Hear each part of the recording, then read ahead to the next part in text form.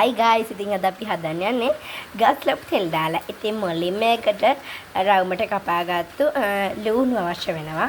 ඊට පස්සේ සුදු ලුණු බික් 3ක් අවශ්‍ය වෙනවා. ඊට පස්සේ අපිට අමු ගස් ලැබු ගෙඩියකින් භාගයක් පමණ තමයි අවශ්‍ය වෙන්නේ. ඉතින් අපි මේ ටික කොහොමද දැන් හදාගන්නේ? අපි සම්බල් හදාගන්න මුලින්ම තෙල් ටිකක් දාලා එක රත් වෙන්න තියෙනවා. ඊට පස්සේ හබෑටයි පහේ කුඩුයි දාලා මේක හොඳට මේ ටෙම්පරේචර් කරගන්න. ඊට පස්සේ මිරිස් දාලා මේ වගේ මිරිස් දාලා මේ අපි ඒක දෙකට මැදින් කපාගෙන මේ විදිහට ලුණු වතුර එක දාලා තියලා මේකට දාන්න පස්සේ රම්පේ කරපිංච වගේ දේවලුත් දාලා මේක හොඳට අපි ටෙම්පරාදු කරගන්නවා මේ විදිහට. ඊට පස්සේ සුදු ලුණු බික් 3 කපාගත්තු බික් 3 දාලා මේක හොඳට මේව ගන්නවා. ඊට පස්සේ ලුණු දානවා. ලුණු මේක ලුණු කුඩු දා ගන්න ඕන. මට ඒක යන බැන්න. ඔන්න මොලේ හොඳට මේ තෙල් එක දාගන්න ඕන නිසා කරනවා. තෙල් ලුණු දා ගන්නවා.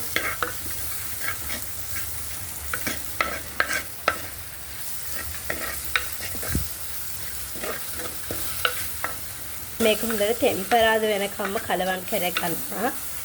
ඊට පස්සේ තමයි ගස් ලැබු අමු ගස් ලැබු ටික අපි මේකට දාන්නේ.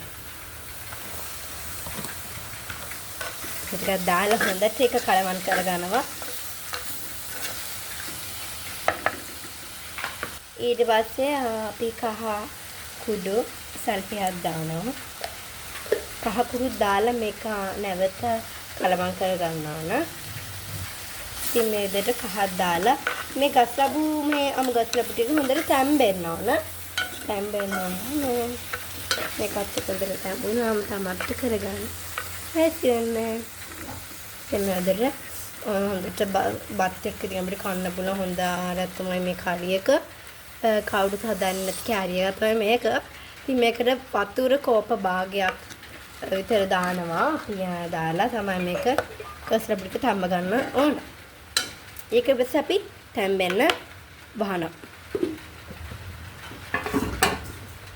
එන්න බලන්න අපේ කරි එක හැදිලා තියෙනවා ඉතින් ලස්සනට.